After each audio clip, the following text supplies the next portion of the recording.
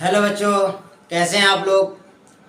मैं नक्की बंजर 9 स्टार क्लासेस यूट्यूब चैनल में आज हम लेके आए हैं आप लोगों के लिए इतिहास जो क्लास 10 का है। और ये क्लास डीएलएड एग्ज़ाम देने वाले बच्चों के लिए भी बहुत ही इम्पोर्टेंट है। तो आज हम शुरू करेंगे इतिहास कि इतिहास क्या है। इतिहास का जो पिता है वो हेरोडोटस है। यही हेरोडोटस ने ही इतिहास शब्द का सबसे पहले प्रयोग किया था। तो आज हम जानेंगे इतिहास के बारे में और उससे रिलेटेड ऑब्जेक्टिव सवाल। तो शुरू करते हैं बच्चों। पहला सवाल हमारा क्या है कि इतिहास का पिता किसे कहा जाता है। इतिहास का पिता किसे कहा जाता है। तो बच्चों, इतिहास का पिता हेरोडोटस को कहते हैं। अगला सवाल है, यूरोप का मरीज किसे कहा जाता है। यूरोप का मरीज किसे कहा जाता है। तो बच्चों, तुर्की को कहा जाता है यूरोप का मरीज। यूरोप का मरीज तुर्की को कहा जाता है। अगला सवाल है, जर्मन राइन राज्य का निर्माण किसने किया था। जर्मन राइन राज्य का निर्माण किसने किया था बच्चों। तो जर्मन राइन राज्य का निर्माण नेपोलियन बोनापार्ट ने किया था। किसने किया था बच्चों। नेपोलियन बोनापार्ट ने जर्मन राइन राज्य का निर्माण किया था। तो अगला सवाल है बच्चों कि राष्ट्रवाद की अवधारणा का जन्म किस घटना से माना जाता है। क्या कहता है, राष्ट्रवाद की अवधारणा का जन्म किस घटना से माना जाता है। तो बच्चों, फ्रांस की क्रांति से राष्ट्रवाद की अवधारणा का जन्म माना जाता है। किसकी क्रांति से बच्चों।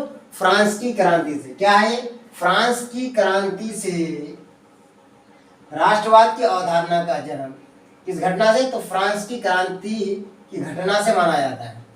अगला बच्चों कि नेपोलियन संहिता किस वर्ष लागू की गई। क्या कहता है, नेपोलियन संहिता किस वर्ष लागू की गई थी बच्चों।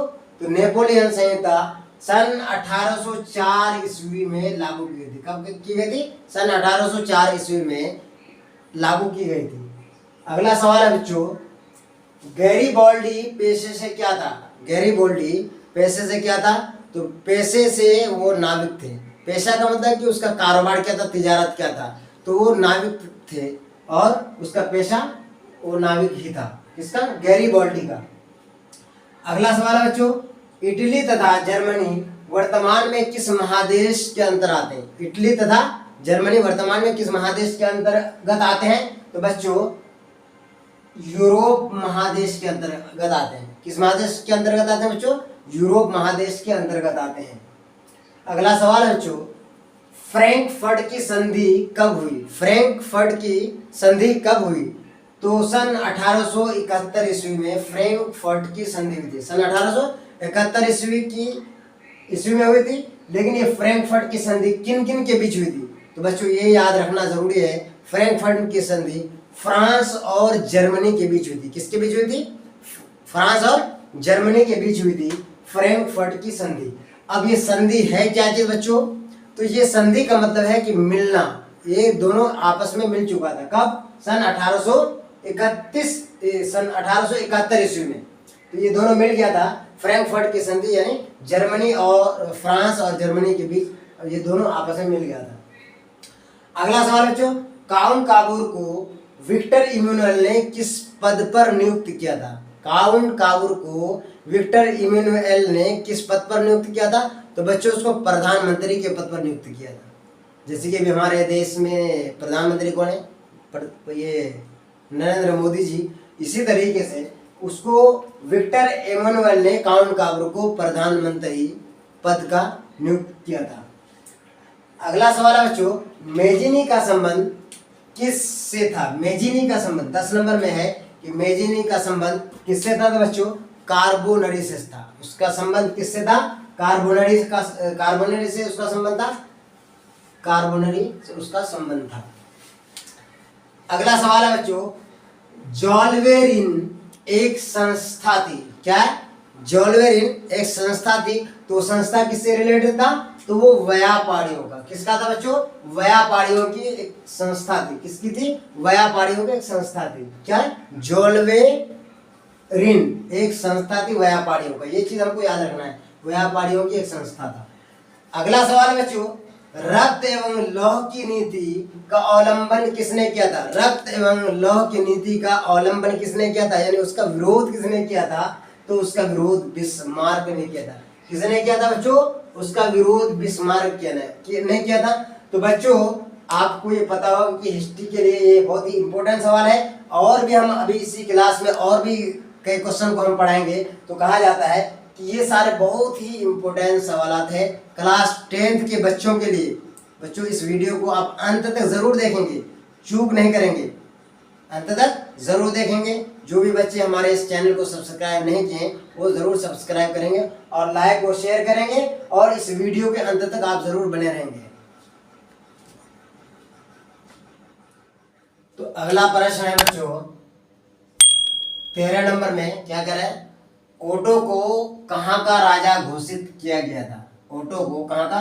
तो यूनान का राजा घोषित किया गया था ओटो को। ओटो एक साम्राज्य था। यूनान को एक स्वतंत्र राष्ट्र घोषित किया गया था, यानी यूनान को एक स्वतंत्र राष्ट्र कब घोषित किया गया था बच्चों? तो यूनान को एक स्वतंत्र राष्ट्र घोषित किया गया था सन 1832 ईस्वी में। कब घोषित किया गया था? सन 1832 ईस्वी को यूनान को एक राष्ट्र घोषित किया गया था, स्वतंत्र। अगला क्वेश्चन है किस संधि द्वारा स्वतंत्र यूनान राष्ट्र का उदय हुआ था? कह रहा है किस संधि द्वारा स्वतंत्र यूनान राष्ट्र का उदय हुआ था बच्चों? तो कुस्तुनतुनिया की संधि। कुस्तुनतुनिया के साथ एक संधि हुआ था, यानी उसके साथ कुछ आपसी बातचीत हुई थी, उसके बाद उसका उदय हुआ था। उदय का मतलब उसका निकलना, यानी कि वो आजाद हो गए थे एक तरीके से कहा जाए तो। अगला है बच्चों बहुत ही इंपॉर्टेंट है ये सवाल, क्लास 10th के लिए, बोर्ड एग्जाम के लिए बहुत महत्वपूर्ण है। कह रहा है मर्सिले किस देश की राष्ट्रीय गीत है? मर्सिले जो है किस देश की राष्ट्रीय गीत है? तो बच्चों फ्रांस की राष्ट्रीय गीत है। फ्रांस की राष्ट्रीय गीत है। ये बहुत ही इंपॉर्टेंट एग्जाम की दृष्टि से, इसलिए इसको जरूर आप याद कर लेंगे। अगला प्रश्न बच्चों बुर्बो राजवंश का शासन किस देश में था? कह रहा है कि बुर्बो राजवंश का शासन किस देश में था? कौन सा देश में था बच्चों? तो फ्रांस में ही बुर्बो राजवंश का शासन था। फ्रांस में ही बुर्बो राजवंश का शासन था। अगला प्रश्न है हंगरी की अधिकांश जनता को कौन सी भाषा बोलती थी? कह रहा है कि हंगरी की अधिकांश जनता कौन भाषा बोलती थी? कौन भाषा का यूज करते थे? तो वहां के लोग मैगियार भाषा, कौन भाषा? मैगियार भाषा बोलते थे। वहां के लोग, ज्यादातर लोग मैगियार भाषा ही का इस्तेमाल करते थे। अगला प्रश्न है 19 नंबर का, कह रहा मेटरनिक कौन था? मेटरनिक कौन था? तो कह रहा है मेटरनिक ऑस्ट्रिया का एक चांसलर था। क्या था? मेटरनिक ऑस्ट्रिया का एक चांसलर था, यानी राजा था मेटरनिक ऑस्ट्रिया का। अगला प्रश्न है 20 नंबर का, कह रहे कि यंग इटली एवं यंग यूरोप की स्थापना किसने किया था? यंग यूरोप एवं यंग इटली की स्थापना किसने किया था बच्चों? तो कह रहा है कि यंग यूरोप और यंग इटली की स्थापना मैजिनी ने ही किया था। किसने किया था? मैजिनी ने ही किया था। तो यहाँ बच्चों इस तरीके से हमने आज 20 ऑब्जेक्टिव क्वेश्चन आपके सामने लाया, और अगला प्रश्न है एक आपके लिए हम कि आप इसका आंसर जरूर कमेंट बॉक्स में देंगे। इसका आंसर हम नहीं बताएंगे आप सभी बच्चों को। वो क्वेश्चन कौन सा बच्चों? आप लोग जरूर कमेंट बॉक्स में उसका आंसर देंगे। तो क्वेश्चन है, कह रहा है कि रूस में जार का अर्थ क्या होता है? कह रहा है कि रूस जो एक देश है, उस देश में जार का अर्थ, किसका अर्थ? जार का अर्थ क्या होता है? इसका आंसर हम नहीं बताएंगे आपको।